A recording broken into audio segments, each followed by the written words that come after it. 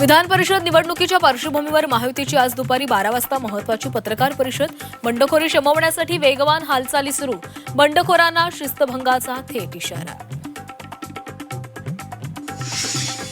ठाण्यात शिंदेंच्या निवासस्थानी मध्यरात्री 3.5 तास खलबतं. संभाजीनगरमधील बंडखोरीच्या पार्श्वभूमीवर शिरसाट सत्तारांशी चर्चा. शिंदे घेतील तो निर्णय मान्य. सत्तारांची प्रतिक्रिया. महायुतीला नाशिक, संभाजीनगर आणि रायगड रत्नागिरीतील बंडखोरांची डोकेदुखी कायम. पुण्यात टिंगरेंचं बंड शमलं. अमरावतीमध्ये विप्लव बाजोरिया यांचा अर्ज बाद. बाजोरिया पितापुत्रांना अमरावतीमध्ये दुसरा मोठा धक्का. अर्ज बाद झाल्यानंतर आता बाजोरिया पितापुत्रावर गुन्हा दाखल. शासकीय कामात अडथळा आणल्याप्रकरणी गुन्हा. सोलापुरात काँग्रेसला मोठा धक्का. विधान परिषदेचे काँग्रेसचे उमेदवार आदित्य फत्तेपूरकरांचा अर्ज बाद.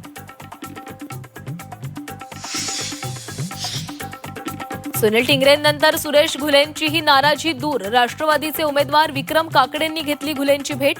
लवकरच काकडेंच्या प्रचारात सहभागी होणार. राज्याच्या विविध भागात मान्सूनपूर्व पावसाच्या सरी. पावसामुळे शेती पिकांचं नुकसान.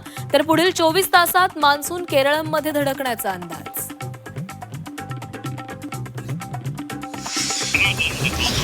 मान्सूनपूर्व पावसातच अंधेरी सबवे पाण्याखाली. पहिल्याच पावसात मुंबईतील नालेसफाईची पोलखोल. पहिल्याच पावसात मुंबई तुंबली. पुणे विषारी दारू प्रकरणी सीआयडीच्या कारवाईला वेग. आतापर्यंत 6 जणांना सीआयडी कोठडी. विषारी दारू प्रकरणी तपासामध्ये 10 टीम कार्यरत.